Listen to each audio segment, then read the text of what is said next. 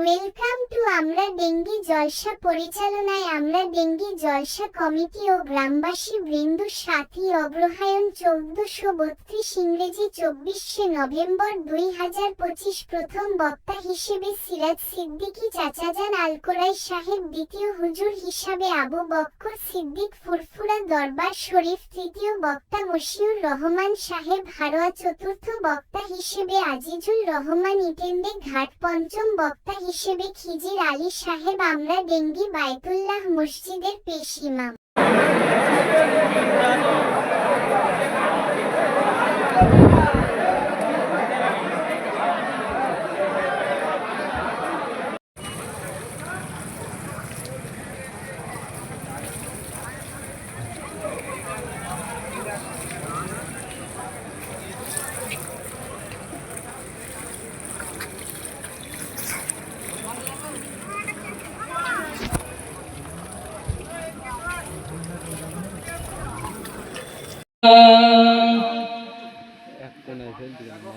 وعلى آله